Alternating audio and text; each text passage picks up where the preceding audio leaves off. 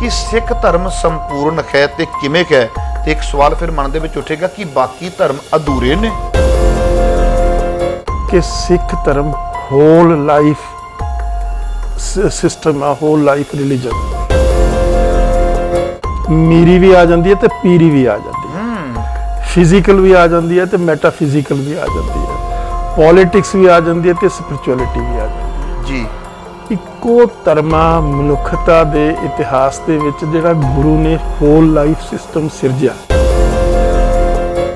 ਜਿਸ ਦੇ ਕੋਲ ਮਤਲਬ ਜਿਹੜਾ ਸਧਾਰਨ ਆਦਮੀ ਕੋਲ ਪੋਟੈਂਸ਼ੀਅਲ ਹੈ ਗੁਰੂ ਬਣਨ ਦਾ, ਪ੍ਰੋਫੈਟ, ਹੋਰ ਕਿਸੇ ਧਰਮ ਨੇ ਨਹੀਂ ਇਹ ਦਿੱਤੀ ਦਾਤ। ਵੀ ਗੁਰੂ ਨਾਨਕ ਦਾ ਗੁਰੂ ਦੇ ਪੇਟ ਚੋਂ ਪੈਦਾ ਹੋ ਰਿਹਾ, ਕਿਸੇ ਕਿਸਮ ਦਾ ਕੋਈ ਡਿਫਰੈਂਸ ਹੀ ਨਹੀਂ, ਦੋ ਹੀ ਨਹੀਂ ਹੈ। एक किते गल खत्म ना, एका की है, एका एक कंप्लीट है अपने आप च। असी मुसलमानों तो बदला लेना, मुसलमान कहते असी फलानिया तो बदला लेना, सिख तो कदे जे गुरु ग्रंथ साहब च बदला लफज हो गया तां ही कहेगा ना। सिखिज्म च की है, 3 वारी न्याय दा लफज है। न्याय मतलब इंसाफ, इंसाफ लेना, इंसाफ देना। सिख धर्म दे कोल दुनिया ਲਈ न्यू वर्ल्ड ऑर्डर है। न्यू वर्ल्ड ऑर्डर, दुनिया ਦੇ ਸਾਰੇ ਸਿਸਟਮ ਫੇਲ ਹੋ ਚੁੱਕੇ। ਅਕਾਲ ਚੈਨਲ ਨੂੰ ਸਬਸਕ੍ਰਾਈਬ ਕਰੋ, ਨਵੀਂ ਵੀਡੀਓਜ਼ ਦੀ ਨੋਟੀਫਿਕੇਸ਼ਨ ਦੇ ਲਈ ਬੈਲ ਆਈਕਨ ਨੂੰ ਕਲਿੱਕ ਕਰਨਾ ਨਾ ਭੁੱਲਣਾ। ਦੇਸ਼ ਵਿਦੇਸ਼ ਦੇ ਸਾਰੇ ਹੀ ਦਰਸ਼ਕਾਂ ਦਾ ਤੁਹਾਡੇ ਆਪਣੇ ਸੇਵਕ ਹਰਪ੍ਰੀਤ ਸਿੰਘ ਮਖੂ ਵੱਲੋਂ ਤਹਿ ਦਿਲੋਂ ਸਵਾਗਤ ਕੀਤਾ ਜਾਂਦਾ। ਦਰਸ਼ਕੋ, ਜਿਵੇਂ ਤੁਹਾਨੂੰ ਪਤਾ ਹੈ ਕਿ ਕਿਸੇ ਸ਼ਖਸੀਅਤ ਨੂੰ ਲੈ ਕੇ ਤੁਹਾਡੀ ਸੇਵਾ ਦੇ ਵਿੱਚ ਹਾਜ਼ਰ ਹੋ ਜਾਣਾ ਵਾ ਤੇ ਕੋਸ਼ਿਸ਼ ਕਰਦਾ ਹੁੰਨਾ ਕਿ ਮੁੱਦਿਆਂ ਤੇ ਆਧਾਰਿਤ ਗੱਲਬਾਤ ਹੋਵੇ, ਤੁਹਾਨੂੰ ਵੀ ਆਨੰਦ ਆਵੇ ਤੇ ਮੈਨੂੰ ਵੀ ਆਨੰਦ ਆਵੇ। ਸੋ ਅੱਜ ਮੈਂ ਚੰਡੀਗੜ੍ਹ ਦੀ ਧਰਤੀ ਤੇ ਆਇਆ ਹਾਂ ਤੇ ਡਾਕਟਰ ਗੁਰਦਰਸ਼ਨ ਸਿੰਘ ਢਿੱਲੋਂ ਜੋ ਉੱਘੇ ਲਿਖਾਰੀ ਨੇ, ਚਿੰਤਕ ਨੇ, ਤਿੰਨਾਂ ਦੇ ਗ੍ਰਹਿ ਵਿਖੇ ਪਹੁੰਚਿਆ ਹਾਂ ਤੇ ਤਿੰਨਾਂ ਦੇ ਨਾਲ ਗੱਲਬਾਤ ਕਰਦੇ ਹਾਂ, ਕਿਉਂਕਿ ਪਿਛਲੇ ਦਿਨਾਂ ਦੇ ਵਿੱਚ ਇਹਨਾਂ ਨੇ ਸਾਡੇ ਨਾਲ ਬੈਠੇ ਸਾਂ ਤੇ ਗੱਲ ਬੜੀ ਪਿਆਰੀ ਕਹੀ ਸੀ। ਕਹਿਣ ਲੱਗੇ ਦੁਨੀਆ ਦਾ ਜੇ ਕੋਈ ਸੰਪੂਰਨ ਧਰਮ ਹੈ ਤੇ ਉਹ ਸਿੱਖ ਧਰਮ ਹੈ। ਤੇ ਮੇਰੇ ਮਨ ਦੇ ਵਿੱਚ ਸਵਾਲ ਆਇਆ ਸੀ, ਮੈਂ ਕਿਹਾ ਵੀ ਕਿਉਂ ਨਾ ਜੇ ਮੈਂ ਇਹ ਗੱਲ ਕੱਲਿਆਂ ਨੂੰ ਪੁੱਛ ਲਈ, ਇਹਨਾਂ ਨੇ ਤਾਂ ਕਲੀਅਰ ਕਰ ਦੇਣੀ ਹੈ, ਮੇਰੇ ਜ਼ਿਹਨ ਦੇ ਵਿੱਚ ਬੈਠ ਜਾਵੇਗੀ, ਪਰ ਉਹ ਕੱਲੀ ਮੇਰੇ ਲਈ ਹੋਵੇਗੀ, ਮੈਂ ਅੱਗੇ ਕਿੰਨਾ ਡਿਲੀਵਰ ਕਰਦਾ ਵਾਂ, ਕਿੰਨਾ ਲੋਕਾਂ ਨੂੰ ਦੇਣਾ ਮੈਂ, ਇੱਕ ਵੱਖਰਾ ਵਿਸ਼ਾ ਹੈ। ਪਰ ਜੇ ਇਹ ਗੱਲਾਂ ਕਿਤੇ ਕੈਮਰੇ ਤੇ ਹੋ ਜਾਣ ਤੇ ਦੁਨੀਆ ਨੂੰ ਪਤਾ ਲੱਗ ਜਾਵੇ ਕਿ ਸਿੱਖ ਧਰਮ ਸੰਪੂਰਨ ਹੈ ਤੇ ਕਿਵੇਂ ਹੈ, ਤੇ ਇੱਕ ਸਵਾਲ ਫਿਰ ਮਨ ਦੇ ਵਿੱਚ ਉੱਠੇਗਾ ਕਿ ਬਾਕੀ ਧਰਮ ਅਧੂਰੇ ਨੇ, ਕਿ ਜਿਹੜੇ ਇਤਨੇ ਲੰਮੇ ਸਮੇਂ ਤੋਂ ਧਰਮ ਚੱਲੇ ਆ ਰਹੇ ਨੇ ਉਹਨਾਂ ਨੂੰ ਕੀ ਕਵਾਂਗੇ, ਤੇ ਸਿੱਖ ਧਰਮ ਉਹਨਾਂ ਤੋਂ ਵਿਲੱਖਣ ਕਿਵੇਂ ਹੈ ਤੇ ਸੰਪੂਰਨ ਕਿਵੇਂ ਹੈ। ਆਓ ਇਸ ਮੁੱਦੇ ਤੇ ਆਪਾਂ ਜਾਣਕਾਰੀ ਲੈਂਦੇ ਹਾਂ। ਪਰ ਸਭ ਤੋਂ ਪਹਿਲਾਂ ਸਰਦਾਰ ਗੁਰਦਰਸ਼ਨ ਸਿੰਘ ਢਿੱਲੋਂ ਦਾ ਆਪਣੇ ਪ੍ਰੋਗਰਾਮ ਦੇ ਵਿੱਚ ਸਵਾਗਤ ਕਰਦਾ। ਵੀਰ ਜੀ, ਵਾਹਿਗੁਰੂ ਜੀ ਕਾ ਖਾਲਸਾ, ਵਾਹਿਗੁਰੂ ਜੀ ਕਾ ਖਾਲਸਾ, ਵਾਹਿਗੁਰੂ ਜੀ ਕੀ ਫਤਿਹ। ਤੁਹਾਡੇ ਸਰੋਤਿਆਂ ਨੂੰ ਸਤਿਕਾਰ ਸਹਿਤ ਫਤਿਹ ਅਰਜ਼ ਕਰ ਰਿਹਾ ਜੀ।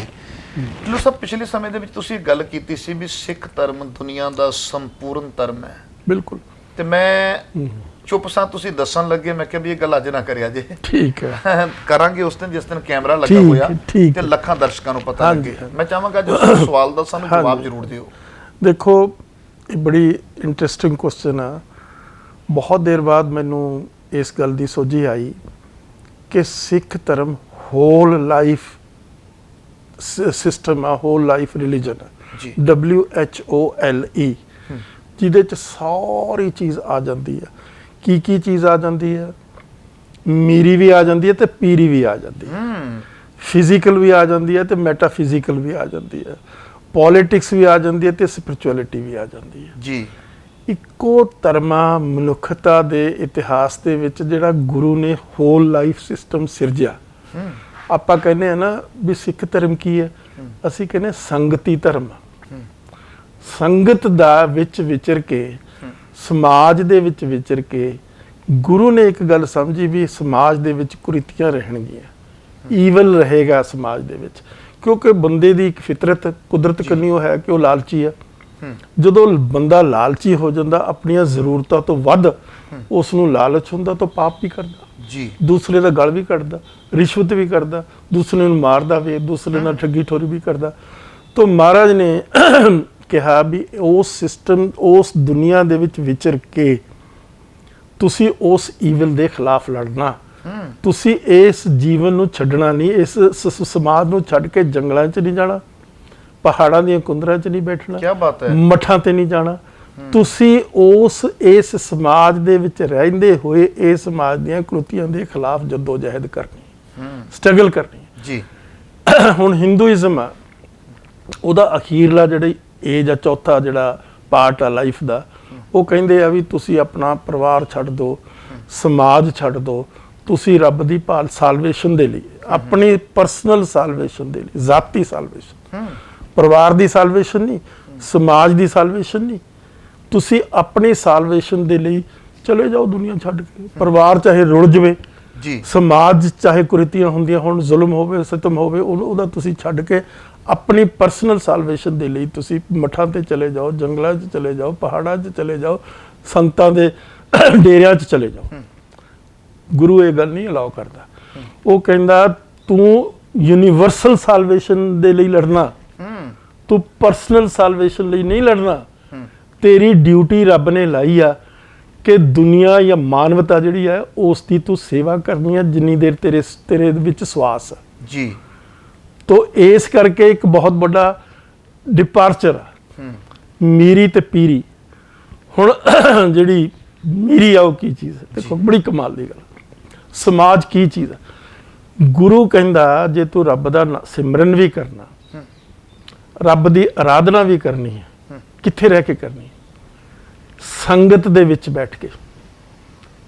ਹੁਣ ਕਈ ਵਿਚਾਰੇ ਸਿੱਖ ਉਹ ਕਹਿ ਦਿੰਦੇ ਆ ਲਓ ਜੀ ਮੈਂ ਕੋਠੀ ਬਣਾ ਰਿਹਾ, ਇੱਕ ਕਮਰਾ ਮੈਂ ਗੁਰੂ ਗ੍ਰੰਥ ਸਾਹਿਬ ਦੇ ਲਈ ਰੱਖ ਲਿਆ। ਉਹ ਨਹੀਂ, ਉਹ ਸਿੱਖੀ ਨਹੀਂ ਹੈ। ਸਿੱਖੀ ਹੈ ਤੂੰ ਗੁਰੂ ਦੇ ਦੁਆਰੇ ਜਾ ਕੇ ਸੰਗਤ ਦੇ ਵਿੱਚ ਬੈਠਣਾ, ਆਪਣਾ ਪ੍ਰਭਾਵ ਸੰਗਤ ਨੂੰ ਦੇਣਾ, ਸੰਗਤ ਦਾ ਪ੍ਰਭਾਵ ਤੁਸੀਂ ਆਪ ਲੈਣਾ। ਹੁਣ ਇਸ ਦੀ ਇੱਕ ਮਿਸਾਲ ਮੈਂ ਤੁਹਾਨੂੰ ਦਿੰਦਾ। ਐਕਸਕਿਊਜ਼,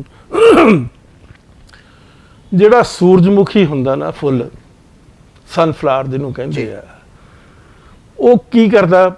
ਉਹ ਸੂਰਜ ਕੰਨੀ ਮੂੰਹ ਕਰ ਲੈਂਦਾ। ਜਿਉਂ-ਜਿਉਂ ਸੂਰਜ ਘੁੰਮਦਾ ਉਹ ਐ ਘੁੰਮਦਾ ਰਹਿੰਦਾ ਫੁੱਲ, ਤੁਹਾਨੂੰ ਪਤਾ ਹੀ ਹੈ ਜੀ। ਤਾਂ ਹਾਂਜੀ, ਖੇਤੀਬਾੜੀ ਸਾਰੀ ਦੁਨੀਆ ਜਾਣਦੀ ਹੈ ਇਸ ਗੱਲ। ਉਹ ਤੋਂ ਮਤਲਬ ਸ਼ਕਤੀ ਲੈਂਦਾ ਸੂਰਜ ਤੋਂ। ਤਾਂ ਜਿਸ ਦਿਨ ਫਰਜ਼ ਕਰੋ ਜਿਵੇਂ ਅੱਜ ਬੱਦਲ ਆ, ਤਾਂ ਉਦਣ ਕੀ ਕਰੇਗਾ? ਉਹ ਕਿਤੇ ਸੋਚਿਆ ਇਸ ਗੱਲ ਦਾ? ਉਸ ਦਿਨ ਉਹ ਕੀ ਕਰੇਗਾ?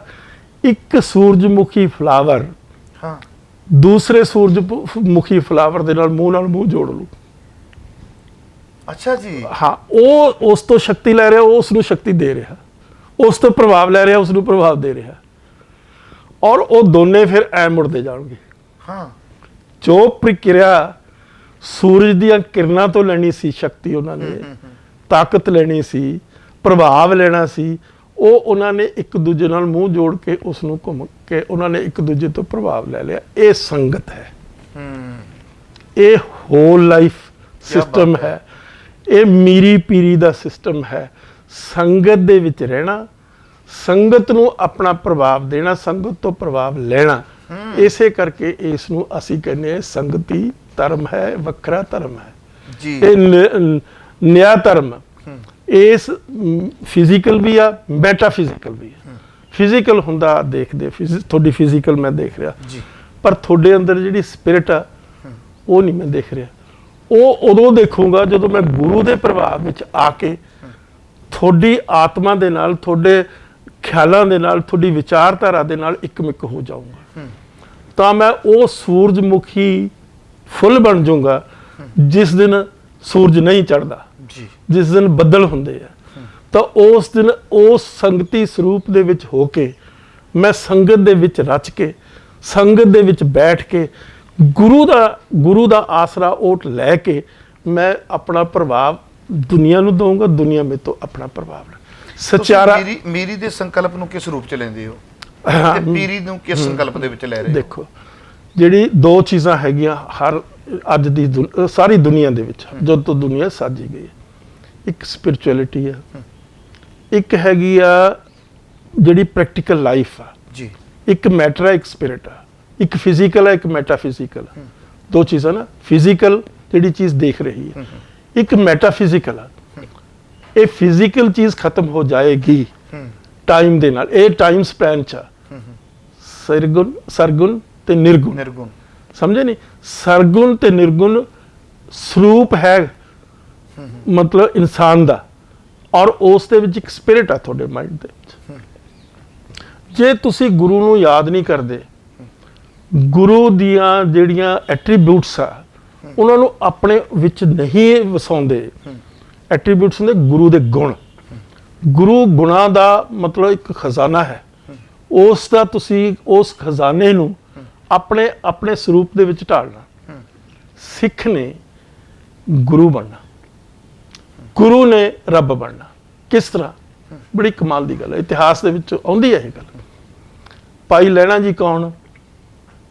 ਭਾਈ ਲਹਿਣਾ ਜੀ ਇੱਕ ਸਧਾਰਨ ਸਿੱਖ ਆ, ਛੋਟੇ ਜਿਹੇ ਕਸਬੇ 'ਚ ਛੋਟਾ ਜਿਹਾ ਆਪਣਾ ਵਪਾਰ ਕਰਦੇ ਆ। ਉਹ ਗੁਰੂ ਦੇ ਪ੍ਰਭਾਵ 'ਚ ਆ ਕੇ ਗੁਰੂ ਨਾਲ ਇੱਕਮੁੱਕ ਹੋ ਜਾਂਦੇ ਆ।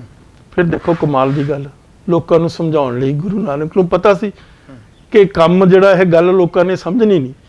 ਉਹਦਾ ਨਾਂ ਕੀ ਦਿੱਤਾ? ਅੰਗਦ ਜੀ। ਉਹ ਨਾਂ ਹੋਰ ਵੀ ਦਿੱਤੇ ਜਾ ਸਕਦੇ ਸੀ, ਹਜ਼ਾਰਾਂ ਨਾਂ ਗੁਰੂ ਦੇ ਸਕਦਾ ਸੀ। ਲੈਣੇ ਨੂੰ ਅੰਗਦ ਬਣਾ ਲਿਆ। ਅੰਗਦ ਕੀ ਆ? Part and parcel of the ਗੁਰੂ।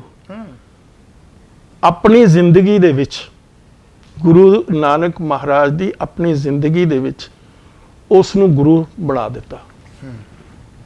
ਦੁਨੀਆ ਦੇ ਸਪਿਰਚੁਅਲ ਇਤਿਹਾਸ ਦੇ ਵਿੱਚ, ਤਾਂ ਹੀ ਮੈਂ ਕਹਿੰਦਾ ਵਿਲੱਖਣ ਗੱਲ, ਦੁਨੀਆ ਦੇ ਸਪਿਰਚੁਅਲ ਇਤਿਹਾਸ ਦੇ ਵਿੱਚ ਕਿਸੇ ਪੈਗੰਬਰ ਨੇ ਜੀ, ਕਿਸੇ ਸੰਤ ਮਹਾਤਮਾ ਨੇ, ਕਿਸੇ ਡੇਰੇਦਾਰ ਨੇ ਆਪਣੇ ਸਕਸੈਸਰ ਨੂੰ ਗੱਦੀ ਨਹੀਂ ਦਿੱਤੀ। ਮੈਂ ਨਾਂ ਨਹੀਂ ਲੈਂਦਾ, ਕ੍ਰਾਈਸਟ ਬੜੇ ਮਹਾਨ, ਬੜੇ ਵੱਡੇ ਪੈਗੰਬਰ ਸੀ, ਪ੍ਰੋਫਿਟ ਮੁਹੰਮਦ ਸਾਹਿਬ ਸਾਰੇ ਬੜੇ ਸੀ, ਪਰ ਗੁਰੂ ਨਾਨਕ ਇੱਕ ਸ਼ਹਿਨशाह।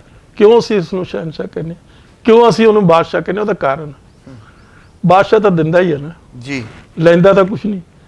ਗੁਰੂ ਐਸਾ ਸ਼ਹਿਨशाह ਹੈ ਜਿਸਨੇ ਆਪਣੇ ਕੋਲ ਕੁਛ ਰੱਖਿਆ ਹੀ ਨਹੀਂ।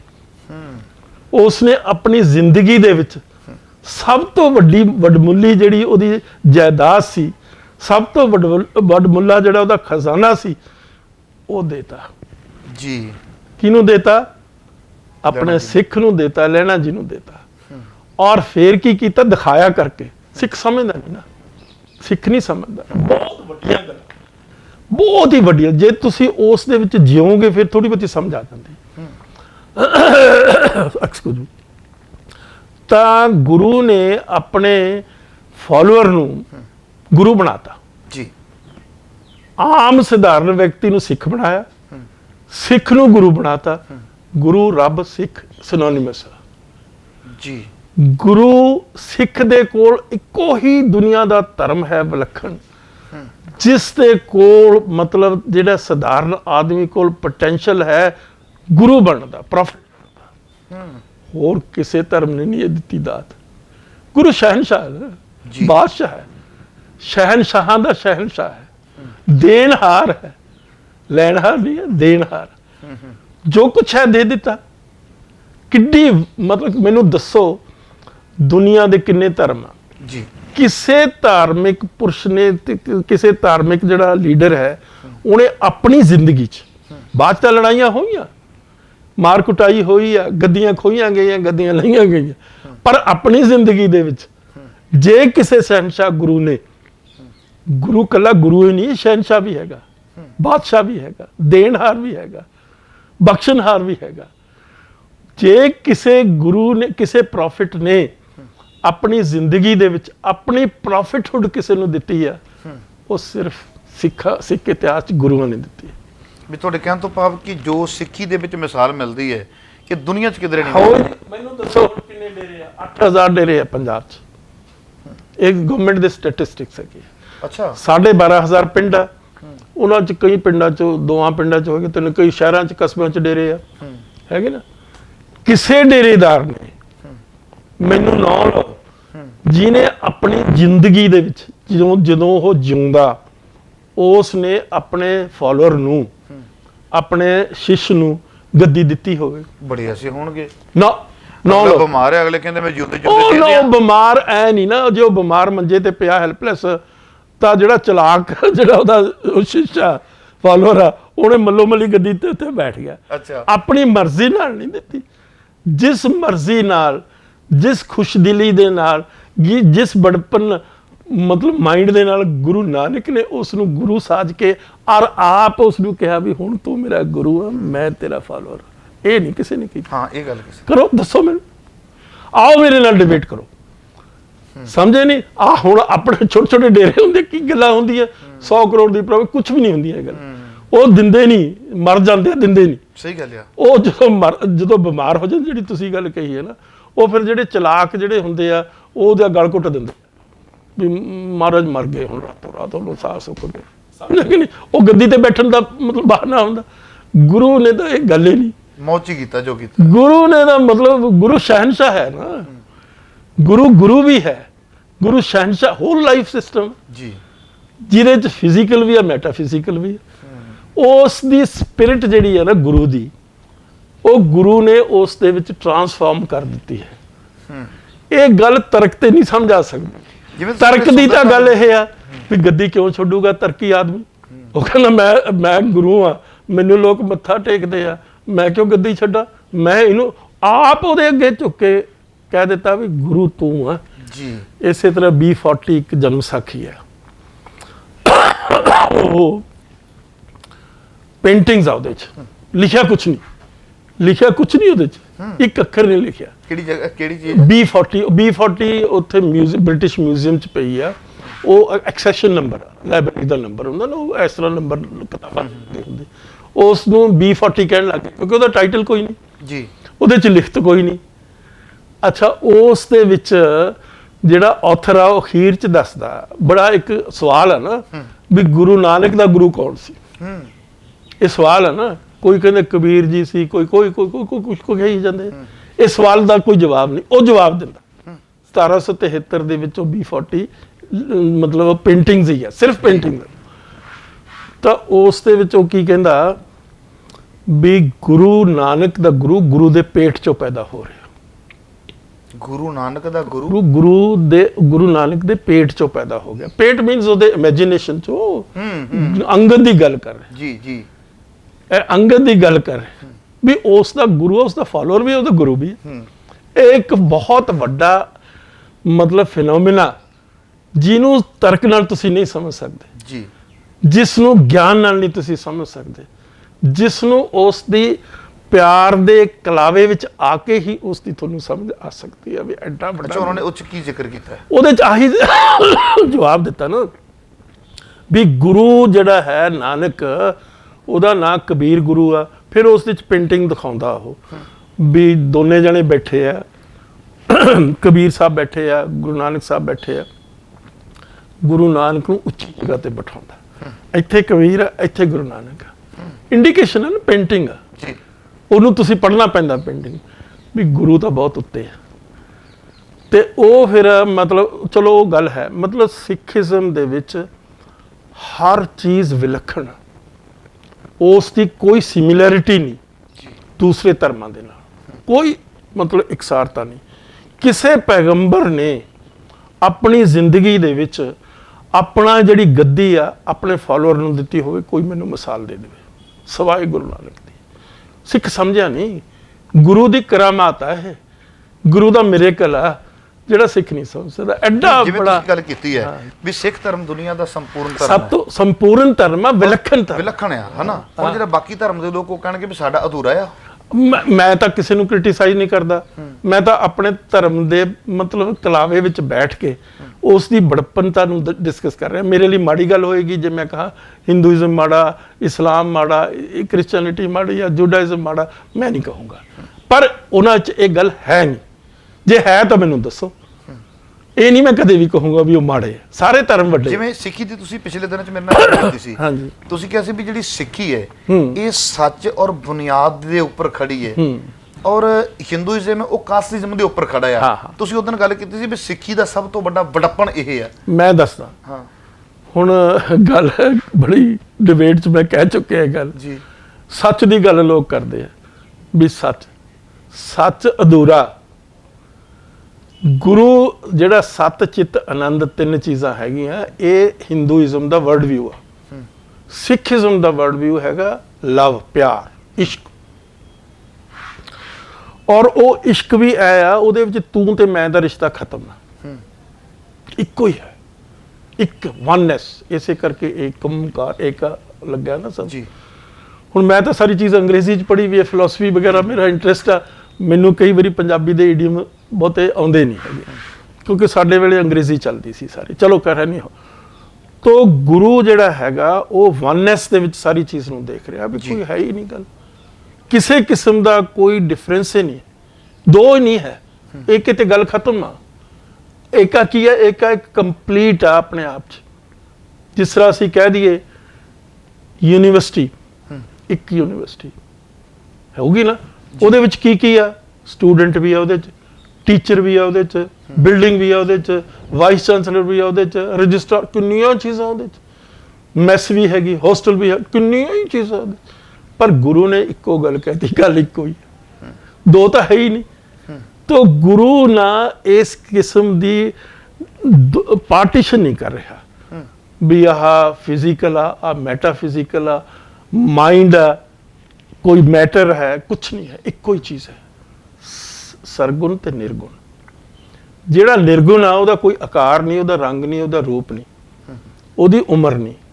ਜਿਹੜਾ ਸਰਗੁਣ ਆ ਉਹਦੀ ਤਾਂ ਉਮਰ ਹੈ ਨਾ ਮੈਟਰ ਦੀ, ਹਰ ਚੀਜ਼ ਦੀ, ਮਤਲਬ ਇੱਕ ਲਿਮਿਟਡ ਨਹੀਂ। ਜਿਵੇਂ ਆਪਾਂ ਗੱਲ ਕਰਦੇ ਪਏ ਹਾਂ ਕਿ ਹਿੰਦੂਇਜ਼ਮ ਜਿਹੜਾ ਹੈ, ਤੁਸੀਂ ਇੱਕ ਜ਼ਿਕਰ ਕੀਤਾ ਸੀ ਵੀ ਕਾਸਟਿਜ਼ਮ ਤੇ ਖੜਾ, ਹਾਂ, ਪਰ ਸਿੱਖੀ ਜਿਹੜੀ ਹੈ ਤੁਸੀਂ ਕਿਹਾ ਵੀ ਇਸ ਤੋਂ ਬਿਲਕੁਲ ਨਿਆਰੀ ਹੈ, ਬਿਲਕੁਲ ਵੱਖਰੀ ਹੈ। ਸਿੱਖੀਜ਼ਮ ਦੇ ਵਿੱਚ ਕੋਈ ਕਾਸਟ ਇੰਸਟੀਟਿਊਸ਼ਨ ਨਹੀਂ ਹੈ। ਸਿੱਖੀਜ਼ਮ ਉਸ ਦੀ ਅਪੋਜ਼ਡ ਸਿਸਟਮ ਹੈ, ਉਸ ਤੋਂ ਮੁਖਾਲਫ ਹੈ। ਸਿੱਖੀਜ਼ਮ ਦੇ ਵਿੱਚ ਕੋਈ ਨੀਚਾ ਅੰਦਰ ਨੀਚ, ਨੀਚੀ ਹੋ ਅਤ ਨੀਚ, ਉਹ ਤਾਂ ਅਤ ਨੀਚਾਂ ਦੇ ਨਾਲ ਖੜਾ। ਉਹਨਾਂ ਨੂੰ ਬਰਾਬਰ ਵੀ ਲੈ ਕੇ ਆਉਣਾ, ਫਿਰ ਉਹਨਾਂ ਨੂੰ ਬਰਾਬਰ ਲਿਆਉਣ ਤੋਂ ਬਾਅਦ ਉਹਨਾਂ ਨੂੰ ਦੁਨੀਆ ਦਾ ਰਾਜ ਦੇਣਾ ਵੀ ਤੂੰ ਰਾਜ ਕਰਨਾ। ਸਿੱਖੀਜ਼ਮ ਦੇ ਵਿੱਚ ਸਟੇਟ ਦਾ ਕਨਸੈਪਟ ਨਹੀਂ ਹੈ। ਸਿੱਖੀਜ਼ਮ ਦੇ ਵਿੱਚ ਸਟੇਟ ਦਾ ਕਨਸੈਪਟ ਨਹੀਂ।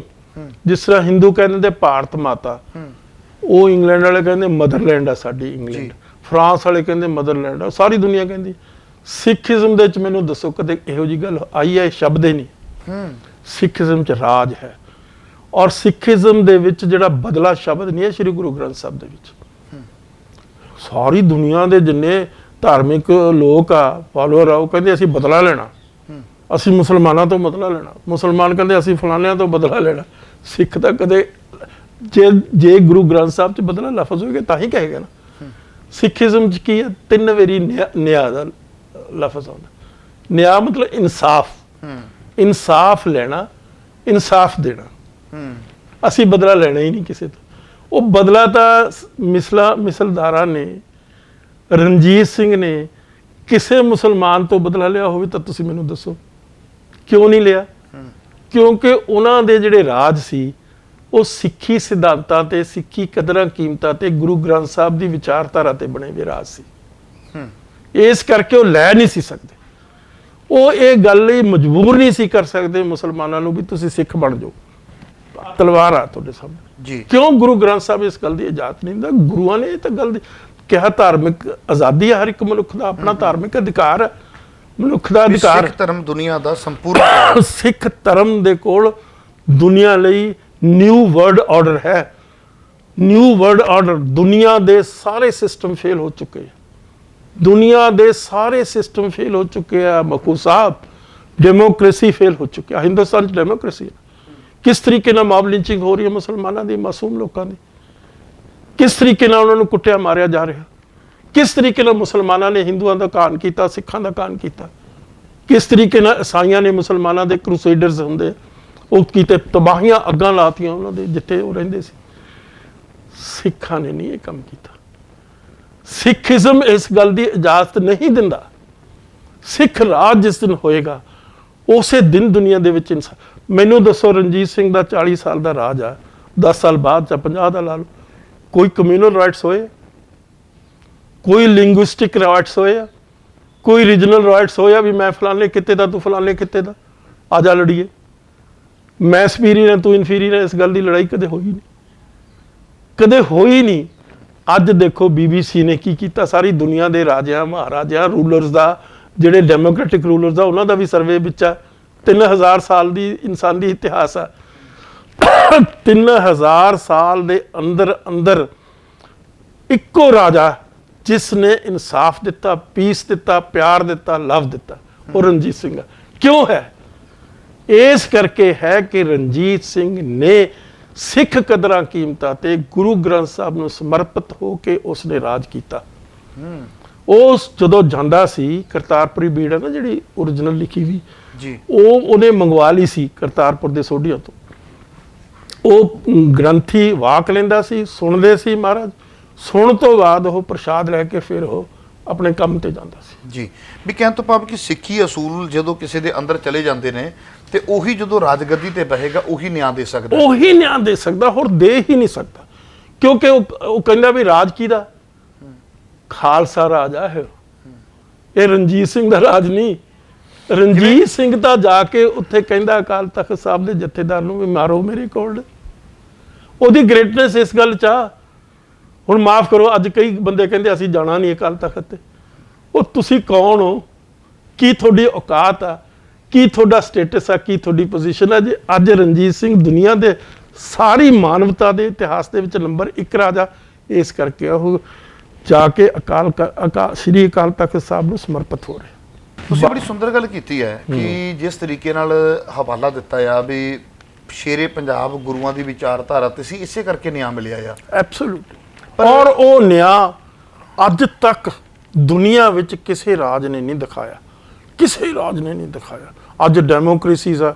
ਤੁਹਾਨੂੰ ਮੈਂ ਇੱਕ ਗੱਲ ਦੱਸਦਾ, ਮਹਾਰਾਜਾ ਰਣਜੀਤ ਸਿੰਘ ਮਹਾਰਾਜਾ ਤਾਂ ਅਸੀਂ ਕਹਿੰਦੇ ਉਹਨੇ ਤਾਂ ਵਿਚਾਰੇ ਨੇ ਆਪਣੇ ਨਹੀਂ, ਇਹ ਇੱਕ ਮੈਂ ਇੱਥੇ ਸਵਾਲ ਹੈ ਮੇਰੇ ਮਨ ਦੇ ਤੁਸੀਂ ਜਦੋਂ ਗੱਲ ਕਰਦੇ ਹੋ ਸ਼ੇਰੇ ਪੰਜਾਬ ਦੀ ਗੱਲ ਕਰਦੇ ਹੋ, ਕਿਉਂਕਿ ਤੁਸੀਂ ਸ਼ੇਰੇ ਪੰਜਾਬ ਮਹਾਰਾਜਾ ਰਣਜੀਤ ਸਿੰਘ ਤੇ ਇੱਕ ਚੈਪਟਰ ਲਿਖਿਆ, ਤੁਸੀਂ ਆਪਣੀ ਗੱਲ ਤੇ ਉਸ ਤੇ ਪੱਕੇ ਹੋ ਜਾਂਦੇ ਹੋ। ਤੁਹਾਡੇ ਮੂੰਹੋਂ ਕਦੀ ਬਾਬਾ ਬੰਦਾ ਸਿੰਘ ਬਹਾਦਰ ਜਿਹੜੇ ਉਹਨਾਂ ਬਾਰੇ? ਉਹ ਬਹੁਤ ਮਹਾਨ ਸ਼ਖਸੀਅਤ ਸੀ, ਗੁਰੂ ਦੀ ਪਰੰਪਰਾ ਦੇ ਵਿੱਚ ਉਹ ਜਿਉਇਆ, ਜਿੰਨੀ ਦੇਰ ਜਿਉਇਆ। ਉਸ ਦੀ ਆਸ਼ੀਰਵਾਦ ਦੇ ਨਾਲ ਤਾਕਤ ਲੈ ਕੇ ਉਸਨੇ ਉਹ ਚੀਜ਼ ਕਰਕੇ ਦਿਖਾ ਦਿੱਤੀ ਜਿਹੜੀ ਹੋ ਨਹੀਂ ਸੀ ਸਕਦੀ। ਨਾ ਸਿੱਖਾਂ ਕੋਲ ਕੋਈ ਫੌਜ ਸੀ, ਨਾ ਸਿੱਖਾਂ ਕੋਲ ਕੋਈ ਹਥਿਆਰ ਸੀ, ਨਾ ਸਿੱਖਾਂ ਦੇ ਕੋਲ ਕੋਈ ਹੋਰ ਕਿਸਮ ਦੀ ਤਾਕਤ ਸੀ, ਸਾਧਨ ਸੀ।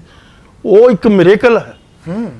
ਉਹ ਗੁਰੂ ਦੀ ਸ਼ਕਤੀ ਦਾ ਮਿਰੇਕਲ ਹੈ ਜਿਹੜਾ ਉਸਨੇ ਮੁਗਲ ਸਾਮਰਾਜ ਦੀਆਂ ਨੀਹਾਂ ਹਿਲਾ ਕੇ ਰੱਖ ਦਿੱਤੀ। ਜਿਹੜੀ ਉਹਦੀ ਸ਼ਹਾਦਤ ਹੈ ਨਾ, ਉਹ ਆਪਣੇ ਆਪ ਦੇ ਵਿੱਚ ਇੱਕ ਬਹੁਤ ਵਿਲੱਖਣ ਚੀਜ਼ ਆ ਦੁਨੀਆ ਦੇ ਇਤਿਹਾਸ ਦੇ ਵਿੱਚ। ਉੱਥੇ 2 ਯੂਰਪੀਅਨ ਗੋਰੇ ਖੜੇ ਆ ਦਿੱਲੀ 'ਚ, ਉਹ ਦੇਖ ਰਿਹਾ ਵੀ ਕੀ ਹੋ ਰਿਹਾ।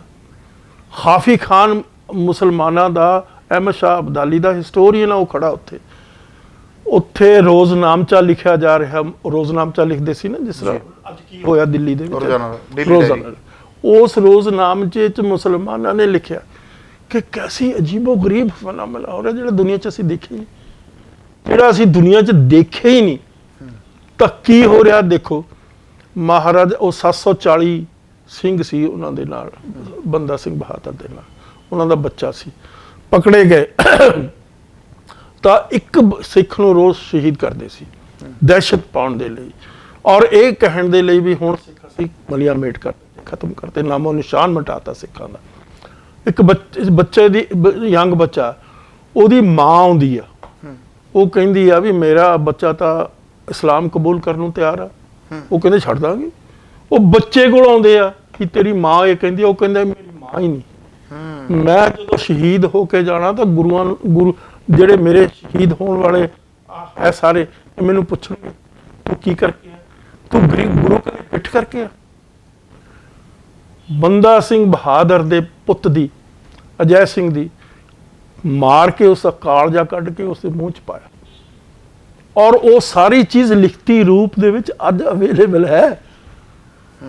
ਔਰ ਉਹ ਫਿਰ 2 ਯੂਰਪੀਅਨ ਆਫੀਸਰ ਹੈ ਨਾ ਗੋਰੇ, ਉਹ ਸਾਰੀ ਚਿੱਠੀ ਲਿਖਦੇ ਆ ਬ੍ਰਿਟਿਸ਼ ਈਸਟ ਇੰਡੀਆ ਕੰਪਨੀ ਦਾ, ਉਸ ਵੇਲੇ ਹੈੱਡਕੁਆਟਰ ਸੀ ਕਲਕੱਤਾ, ਵੀ ਆਹ ਗੱਲ ਹੋ ਰਹੀ ਹੈ ਬੜੀ ਅਜੀਬੋ ਗਰੀਬ। ਇਹ ਤਾਂ ਉਦੋਂ ਦੀ ਗੱਲ ਆ, ਮੈਂ 1930 ਦੀ ਤੁਹਾਨੂੰ ਗੱਲ ਦੱਸਦਾ। ਲਾਹੌਰ ਕਨਸਪੀਰੇਸੀ ਕੇਸ ਦੇ ਵਿੱਚ ਸਿੱਖ ਫੜੇ ਗਏ, ਬੰਬ ਮਾਰਿਆ। ਉਹਦੇ ਵਿੱਚ 5 ਸਿੱਖ ਫੜੇ ਉਹਨਾਂ ਨੇ, ਇੱਕ ਉਹਨਾਂ 'ਚ ਨਾਬਾਲਿਗ ਸੀ। 4 ਨੂੰ ਉਹਨਾਂ ਨੇ ਸਜ਼ਾਏ ਮੌਤ ਦੇਤੀ, ਫਾਂਸੀ ਦੀ ਸਜ਼ਾ ਦੇਤੀ। ਜਿਹੜਾ ਨਾਬਾਲਿਗ ਸੀ ਉਹਨੂੰ ਛੱਡਤਾ ਜੱਜ ਨੇ, ਗੋਰਾ ਜੱਜ ਸੀ, 1930 ਦੀ ਗੱਲ। ਤਾਂ ਉਹ ਜਿਹੜਾ ਬੱਚਾ ਉਹ ਕਹਿ ਰਿਹਾ ਨਹੀਂ ਜੱਜ ਸਾਹਿਬ ਮੈਨੇ ਸ਼ਹਾਦਤ ਦੇਣੀ ਆ, ਮੈਨੂੰ ਸਜ਼ਾਏ ਮੌਤ ਦਿਓ। ਬੜਾ ਹੈਰਾਨ ਹੁੰਦਾ ਵੀ ਕਿਸ ਕਿਸਮ ਦੇ ਲੋਕ ਆ ਇਹ। ਇਹ ਸਿੱਖ ਕੀ ਚੀਜ਼ ਹੈ, ਇਹ ਮੇਰੀ ਸਮਝ ਤੋਂ ਬਾਹਰ ਆ। ਉਹ ਕਹਿੰਦਾ, ਉਹ ਆਪਣੀ ਜ਼ੁਬਾਨ 'ਚ ਕਹਿੰਦਾ ਪੰਜਾਬੀ ਦੇ ਵਿੱਚ ਵੀ ਮੈਂ ਜਦੋਂ ਜਾਊਂਗਾ ਇਹ ਮੈਨੂੰ ਪੁੱਛਣਗੇ ਤੂੰ ਗੁਰੂ ਕੋਲੋਂ ਪਿੱਠ ਕਰ ਲਈ। ਇਹ ਆ ਸਿੱਖੀ ਜੀ। ਇਹ ਆ ਸਿੱਖੀ ਸਿੱਖੀ। ਤੋਂ ਭਾਵ ਤੁਸੀਂ ਬੜੇ ਸੁੰਦਰ ਢੰਗ ਦੇ ਵਿੱਚ ਦੱਸਿਆ ਵੀ ਸਿੱਖੀ ਜਿਹੜੀ ਹੈ ਬਹੁਤ ਉੱਚੀਆਂ ਉਡਾਰੀਆਂ ਨੇ। ਹਾਂ, ਵਿਲੱਖਣ ਧਰਮ ਹੈ। ਵਿਲੱਖਣ ਧਰਮ ਹੈ। ਹਾਂ ਵਾਹ, ਹੋਲ ਲਾਈਫ ਸਿਸਟਮ ਆ। ਮੀਰੀ ਪੀਰੀ ਇੱਕੋ ਹੀ ਚੀਜ਼ ਆ, ਦੋ ਸਿਧਾਂਤ ਨਹੀਂ, ਮਾਫ ਕਰਨਾ। ਮੀਰੀ ਪੀਰੀ ਇੱਕ ਹੀ ਸਿਧਾਂਤ ਹੈ ਸਿੱਖਾਂ ਦੇ ਲਈ, ਦੁਨੀਆ ਲਈ ਦੋ ਸਿਧਾਂਤ ਆ। ਇਸੇ ਕਰਕੇ ਦਰਬਾਰ ਸਾਹਿਬ ਦੇ ਸਾਹਮਣੇ ਸ਼੍ਰੀ ਅਕਾਲ ਤਖਤ ਸਾਹਿਬ ਦੀ ਸਿਰਜਣਾ ਹੋ ਰਹੀ। ਕਿਉਂ ਹੋ ਰਹੀ ਹੈ? ਕਿਉਂ ਅਕਾਲ ਤਖਤ ਬਣ ਗਿਆ? ਜਿਹੜਾ ਗੁਰੂ ਆ ਬਾਦਸ਼ਾਹ ਸ਼ਹਿਨਸ਼ਾਹ, ਜੇ ਕੋਈ ਬਾਦਸ਼ਾਹ ਨੇ ਕਿਤੇ ਬੈਠਣਾ, ਕਿੱਥੇ ਬੈਠਣਾ? ਮੰਦਿਰ 'ਚ ਤਾਂ ਨਹੀਂ ਬੈਠਣਾ। ਕਿੱਥੇ ਬੈਠਣਾ? ਦਰਬਾਰ 'ਚ ਹੀ ਬੈਠਣਾ। ਦਰਬਾਰ ਸਾਹਿਬ ਆ। ਹਰਮੰਦਰ ਕਹਿਣਾ ਗਲਤ ਆ, ਦਰਬਾਰ ਸਾਹਿਬ। ਜੇ ਦਰਬਾਰ ਸਾਹਿਬ ਆ, ਸ਼ਹਿਨਸ਼ਾਹ ਹੈ ਗੁਰੂਆਂ ਦਾ, ਗੁਰੂ ਸ਼ਹਿਨਸ਼ਾਹ ਹੈ, ਤਾਂ ਹੋਰ ਕੀ ਚੀਜ਼ ਚਾਹੀਦੀ ਹੈ? ਤਖਤ ਤੇ ਨਿਸ਼ਾਨ ਦੋ ਚਾਹੀਦੇ ਆ, ਇੱਕ ਮੀਰੀ ਦਾ, ਇੱਕ ਪੀਰੀ ਦਾ। ਫਿਰ ਦੋਨੇ ਇਕੱਠੇ ਕਰਤੇ ਅਗਲੇ, ਦੋਨੇ ਨਿਸ਼ਾਨ ਸਾਹਿਬ ਇਕੱਠੇ ਕੀਤੇ ਹੋਏ ਆ, ਜੁਆਇੰਟ ਕੀਤੇ ਹੋਏ ਆ। ਇੱਕ ਹੀ ਸਿਧਾਂਤ ਆ ਮੀਰੀ ਪੀਰੀ ਦਾ। ਦੁਨੀਆ ਦੇ ਸਾਰੇ ਧਰਮਾਂ ਦੇ ਵਿੱਚ ਸਪਿਰਿਚੁਅਲਿਟੀ ਜਿਹੜੀ ਆ ਮਟੀਰੀਅਲਿਜ਼ਮ ਤੋਂ ਅੱਡ ਕਰਕੇ ਦਿਖਾਈ ਗਈ ਆ। ਸਿੱਖਾਂ ਨੇ ਦੋਨੇ ਚੀਜ਼ਾਂ ਨੂੰ ਇਕੱਠਾ ਕਰਕੇ ਉਹਨਾਂ ਦਾ ਸੁਮੇਲ ਕੀਤਾ। ਬਿਲਕੁਲ ਜੀ, ਬਹੁਤ ਬਹੁਤ ਤੁਹਾਡਾ ਧੰਨਵਾਦ ਹੈ ਜੀ। ਤੁਸੀਂ ਸਾਨੂੰ ਸਮਾਂ ਦਿੱਤਾ ਤੇ ਅਸੀਂ ਤੁਹਾਡੇ ਨਾਲ ਇੰਨੀਆਂ ਗੱਲਾਂ ਬਾਤਾਂ ਕੀਤੀਆਂ ਤਾਂ ਲੱਖਾਂ ਦਰਸ਼ਕਾਂ ਦੇ ਰੂਬਰੂ ਹੋਇਓ। ਦਿਲ ਦੀਆਂ ਗਹਿਰਾਈਆਂ ਤੋਂ ਤੁਹਾਡੇ ਧੰਨਵਾਦੀਆਂ। ਧੰਨਵਾਦ। ਸੋ ਦੋਸਤੋ, ਇਹ ਸਨ ਸਰਦਾਰ ਗੁਰਦਰਸ਼ਨ ਸਿੰਘ ਢਿੱਲੋਂ। ਜਦੋਂ ਬੇਨਤੀ ਕਰਦੇ ਆ, ਸਾਡੀ ਬੇਨਤੀ ਪ੍ਰਵਾਨ ਕਰ ਲੈਂਦੇ ਆ। ਅਜੇ ਸਾਡੀ ਗੱਡੀ ਗੇਟ ਦੇ ਉੱਪਰ ਖੜਦੀ ਹੈ ਤੇ ਪਹਿਲਾਂ ਹੀ ਆਵਾਜ਼ ਦਿੰਦੇ, ਮਖੂ ਸਾਹਿਬ ਆ ਗਏ ਹੋ। ਇਹਨਾਂ ਦਾ ਵੱਡਪਨ ਹੈ, ਇਹ ਸਾਨੂੰ ਪਿਆਰ ਕਰਦੇ ਨੇ। ਕਾਫੀ ਕਿਤਾਬਾਂ ਵੀ ਲਿਖੀਆਂ ਨੇ, ਬਹੁਤ ਖੋਜ ਭਰਪੂਰ ਗੱਲਾਂ ਨੇ। SGPC ਦਾ ਵਾਈਟ ਪੇਪਰ 84 ਦੇ ਉੱਪਰ ਉਹ ਵੀ ਇਹਨਾਂ ਨੇ ਲਿਖਿਆ ਸੀ।